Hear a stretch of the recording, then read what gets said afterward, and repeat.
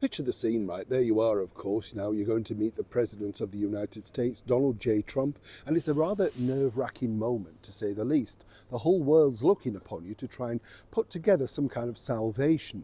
Clearly, we know that the President is no fan of the current British Prime Minister, the Right Honourable Sir Keir Starmer. Can blame him because only just 8 months ago or so, the current British Prime Minister, headed by Sir Keir Starmer, decided, of course, that he was going to send over 100 of his acolytes to try and dethrone the President of the United States and keep in, of course, somebody like Kamala Harris. Things started to go dramatically wrong very quickly. And one might suggest, of course, that Mr. Trump's aversion to Sir Keir Starmer is very, well, clear, to say the least. It was a huge mistake also when you think about it recently, because over here in the United Kingdom, our current Foreign Secretary, David Lammy MP, who criticised people for having second jobs, all the while having a second job on a national radio station. That's the level of brains we have, right, chums? Well, he recently was outed at spending literally thousands of pounds on gifts, but he claims they were necessities simply because of part of the job. As we have a cost of living crisis on, you might have thought he might have pulled back from this idea and thought maybe this isn't a good look. But of course the thought process is never bright with Mr. Lammy. And so as Keir boarded that plane, he had to come up with something apparently that was going to do, well, cement the special relationship. Now, normally when you meet somebody like that, a major sort of power player, something on that level, you normally give gifts. We saw the gifts, of course, that Queen Elizabeth gave Donald Trump when he came over for his first state visit alongside his beautiful wife, the First Lady, Melania.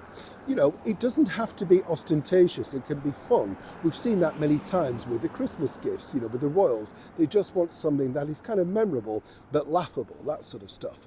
So, well, as we can see, Sir Keir Starmer truly is lacking in any kind of, vibrant personality. Perhaps he keeps it hidden under all those free clothes that Lord Ali bought him. You get the picture. But either way, they've decided to present Donald Trump with this. That's right. The mug, the number 10 mug. Apparently they're very special, very hard to get hold of. And not just that, not just the mug. Oh, no.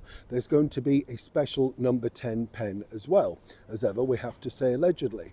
So for anybody out there who's very concerned, very worried about exactly how our special relationship will continue into the 21st century, as you can see, nothing says friendship, kindness and moving forward like a mug with number 10 on the side, does it?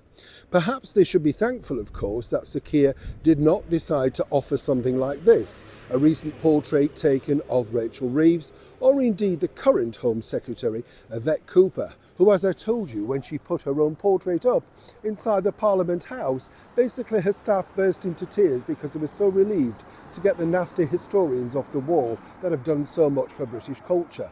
As we know, President Trump is a huge fan of the former, and some say greatest British leader, Winston Churchill. I wonder how that conversation will go down. And given the fact that recently the former British Prime Minister, Boris Johnson, was out there at the inauguration and gave Trump a signed copy of his recent book all about Churchill, well, that's going to be very hard to beat, isn't it? But I'm sure the mug and the pen will do it, right? Neil Sean in the very heart of London.